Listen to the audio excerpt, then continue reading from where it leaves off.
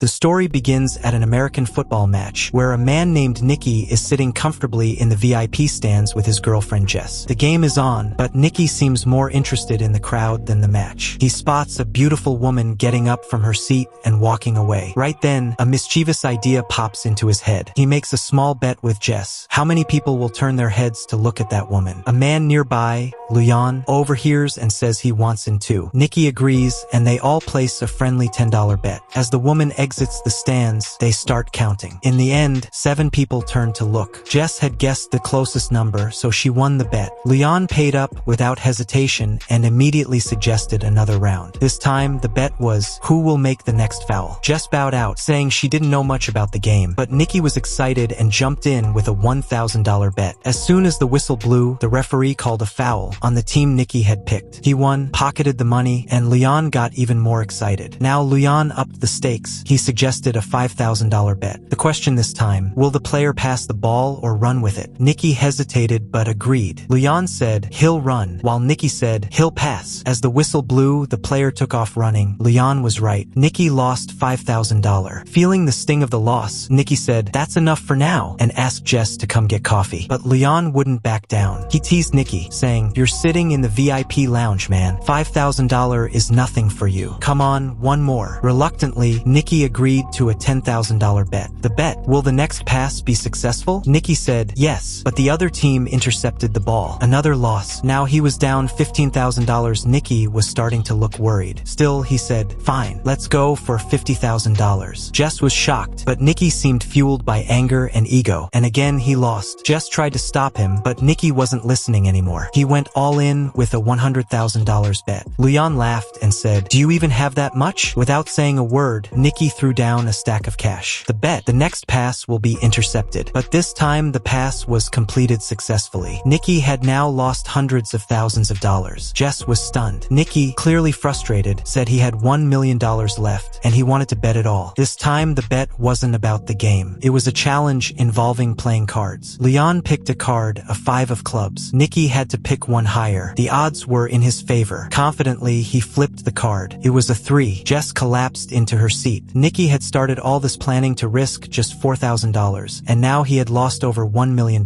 He had nothing to say. He quietly took Jess by the hand and walked away, looking devastated. But Leon wasn't done taunting. That's what happens when you play against a master, he sneered. Nicky stopped and said, let's make one final bet, $2 million. The challenge, Leon could choose any random player on the field using binoculars, and if Nicky could guess his jersey number, Nicky would win. Leon was confused. This sounded like a trap. Are you serious? He asked. What kind of bet is this? To prove he wasn't cheating, Nicky said he wouldn't guess. Jess would. Jess looked furious and confused. How am I supposed to guess a number out of all these players? She started to walk away, but Leon's security guards stopped her. A small argument followed. Jess took a deep breath and calmed down. Nicky said, just look at the field. Pick the number that feels right. Leon picked a player through the binoculars. Jess took them and scanned the field. Everywhere, she saw only jersey numbers. How could she pick one? Then she noticed a familiar face, Farhad, one of their friends, wearing a jersey number 55. She remembered what Nicky said, pick the number that feels like yours. She said, 55. She was right. Leon was speechless. Jess was in shock too. How has Nicky known? As they left the stadium with 2 big bags full of cash, Nicky finally explained everything. They had been tracking Leon for a long time. He was famous in high society for his gambling addiction. He couldn't resist a bet. Nicky's team had planted the number 55 into his subconscious. His hotel room, the guard's badge, street signs, all showed 55. Even the song playing in his car repeated 55 124 times. A photo of Farhad wearing a jersey 55 had been shown to him earlier to create a visual memory. So when Leon picked a player, his brain naturally gravitated to 55. Jess didn't know anything in advance, so her expressions would be real. That's what made the con work. Jess was blown away. Now the story flashes back a few days. Nicky was lying on a bed with a gun pointed at his head. Jess sat nearby. She had met Nicky just days ago and lured him into this trap. But Nicky didn't flinch. He said coolly, I don't have any money. Go ahead. Pull the trigger. The gunman looked at his calm face and realized, this guy's a pro. Conman. A master. And he was right. Nicky wasn't just any conman. He came from a long line of scammers. His father, grandfather, all in the same family business. For Nicky, every trick was a game. Jess hadn't realized any of this until that day. But now she was intrigued. She pulled out some money and said, "I want to learn from you." Nikki didn't waste time. Even while leaving, he stole her ring without her noticing. Then her watch, then her wallet, all gone without a clue. He told her, "All you need is sleight of hand, timing, and a little style." A few months later, Jess found Nikki again in New Orleans. He was building a new team and put her to the test. She passed. He sent her with a teammate to the fair for her first real mission. She started by pickpocketing cameras, wallets, even using chopsticks to lift purses without anyone noticing. Nikki watched from a building and smiled. "She's ready," he said. Next came big jobs, high-tech cons involving contact lenses that let them see people's cards in poker, stealing credit cards, copying data, and even using fake ATMs to capture pins and drain accounts. Jess once tried to keep a necklace, but Nikki scolded her. "Everything must be sold. Nothing is personal." Later, they ran a con in a rich neighborhood. Farhad pretended to faint. Jess cried out for help while the team looted rich folks. Then they escaped in an ambulance. Everything was planned to perfection. They celebrated that night. They had made $1.2 million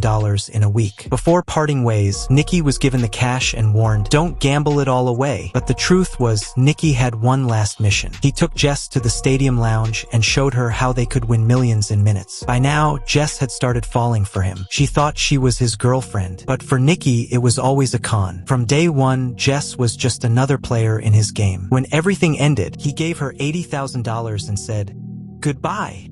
Tears welled up in her eyes. Her heart was broken. She had truly fallen for him. And yet, she couldn't help but think, $8,000? Really?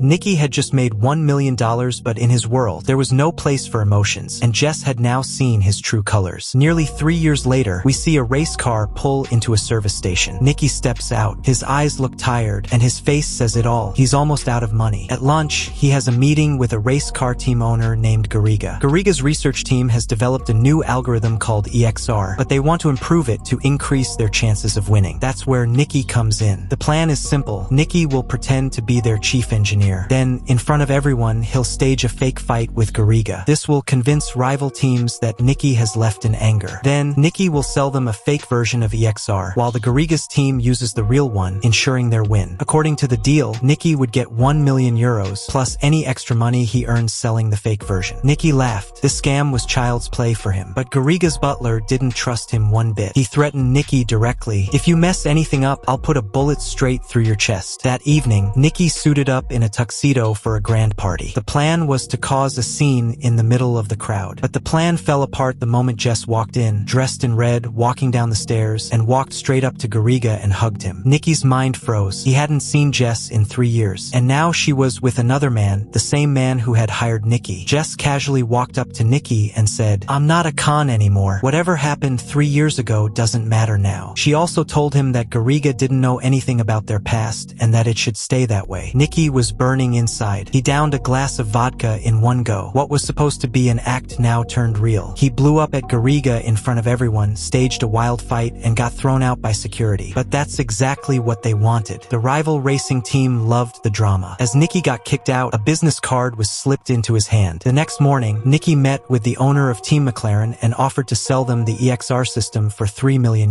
The owner didn't flinch. They tested the system and were impressed. Nikki promised full delivery within 48 hours. Meanwhile, Jess met Farhad on the street Nikki had sent him. Farhad explained why Nikki had left 3 years ago. "He had no choice," he said, "and he still loves you." Farhad handed her a box. Inside was the necklace Jess had once loved. It wasn't clear if it was real or fake, but it didn't matter. Seeing it melted her heart. She said she didn't trust Nikki, but her eyes told a different story. Soon, the deal day arrived. Nikki handed the software to the McLaren team and collected €3 million in cash from a huge bodyguard. But Nikki was never the kind to stop there. He secretly sold the same system to every other racing team, earning millions more. By the time the race began, everyone had the same software, and no one knew it. That night, instead of running away, Nikki messaged Jess, "If you get here in time, we'll escape together." He waited. No one came. Just as he gave up and started walking away, Jess showed up. But before they could escape, the same bodyguard who had paid him earlier blocked their way. Turns out he worked for 𝐂𝐈𝐍𝐿. He had found out the truth. Nikki had sold the real software, not a fake. fake. He didn't care about 𝐂𝐈𝐍𝐄𝐈𝐍𝐿 €1,000,000 anymore. He wanted revenge. Wearing full gear, the bodyguard rammed his car into Nicky's, leading to a brutal crash. Nicky and Jess were both captured and tied up, with all the cash laid out before 𝐂𝐈𝐍𝐄𝐈𝐍𝐿 was furious. He had spent €40 million